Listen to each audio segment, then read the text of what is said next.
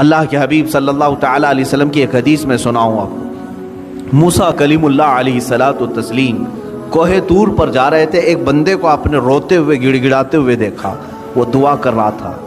اور کیسے دعا کر رہا تھا؟ اتنا رو چکا تھا وہ کہ اس کے کپڑے بھیگ چکے تھے آنسوؤں سے، اس کے آنسوؤں سے کپڑے بھیگ چکے تھے، رو رو کر کے زارو قطار وہ دعائیں کر رہا تھا۔ موسیٰ علیہ السلام جلیل القدر پیغمبر ہے، انہیں ترس آ گیا اس پر۔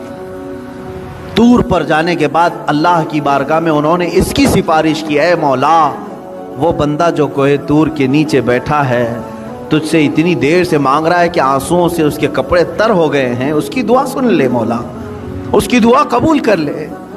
رب تعالیٰ نے فرمایا، اے موسیٰ، مانگتے مانگتے اس کے ہاتھ آسمان کو پہنچ جائیں، روتے روتے وہ مر بھی جائے تو میں اس کی دعا قبول نہیں کروں گا۔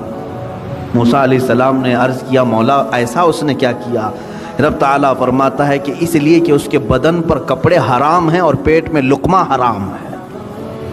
حرام کا لقمہ اس کے پیٹ میں ہے اور حرام کا لباس اس کے جسم پر ہے، میں اس کی دعا کو اس کی موت تک قبول نہیں کروں گا۔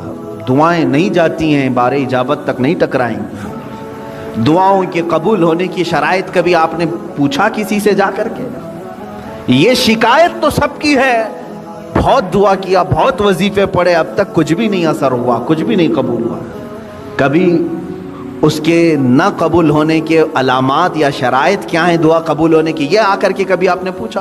سب سے پہلی شرط ہے دعاؤں کے قبول ہونے کی، حلال کھائے اور سچ بولے، حلال کھائے اور سچ بولے۔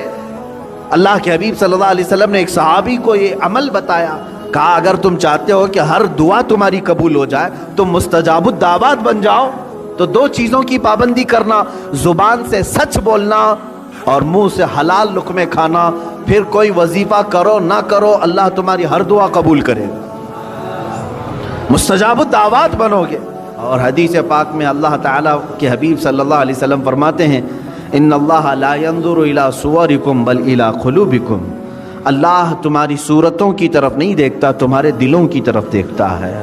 اب تم مسجد میں آ رہے ہو، بدن بھی پاک کر کے آئے، کپڑے بھی پاک کر کے آئے اور جگہ بھی پاک ہے جہاں نماز پڑھ رہے ہیں، لیکن جسم کے اندر حرام غذا لے کر کے آئے ہیں، ناپاک چیزیں کھا کر کے آئے ہیں، جس چیز کے اللہ نے اور اس کے رسول نے منع فرمایا وہ چیزیں اپنے جسم کے اندر لے کر کے آئے، تو یوں ہی سمجھ لو میرے عزیزوں کہ اندر کی غلاظت سے آپ نے اپنے آپ کو صاف نہیں کیا، باہر صرف صاف ہو گئے۔ اسی وجہ سے نمازوں کا کما حقہ لطف بھی نہیں مل پاتا، عبادتوں کا وہ ذوق بھی نہیں آ پاتا۔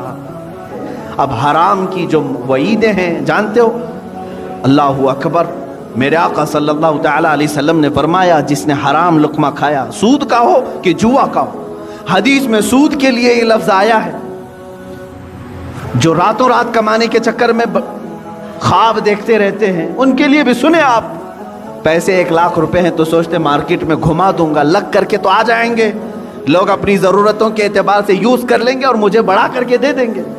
یہ جو سودی کاروبار میں جو لوگ ملوث ہیں، میرے آقا صلی اللہ علیہ وسلم فرماتے ہیں یہ سود 1 لاکھ 2 لاکھ کھانے کی بات الگ ہے، جس نے 1 درہم کھایا، 1 لقمہ کھایا، گویا کہ اس نے خانہ کعبہ کے سامنے اپنی ماں سے زنا کیا، معاذ اللہ رب العالمین، 100 بار معاذ اللہ۔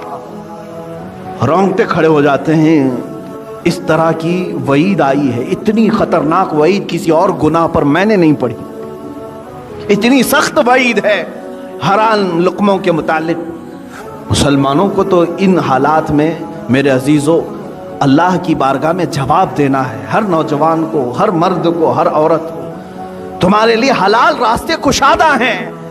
یہاں آج وہ حدیث صادق آ رہی ہے میرے عزیزو جو اللہ کے حبیب صلی اللہ علیہ وسلم نے فرمایا، اے میرے صحابہ ان قریب تم دیکھو گے امت پر میرے ایک ایسا زمانہ آئے گا کہ میری امت حلال و حرام کی تمیز بھول جائے گی، ختم کر دے گی۔ وہ زمانہ میں اب آنکھوں سے دیکھ رہا ہوں۔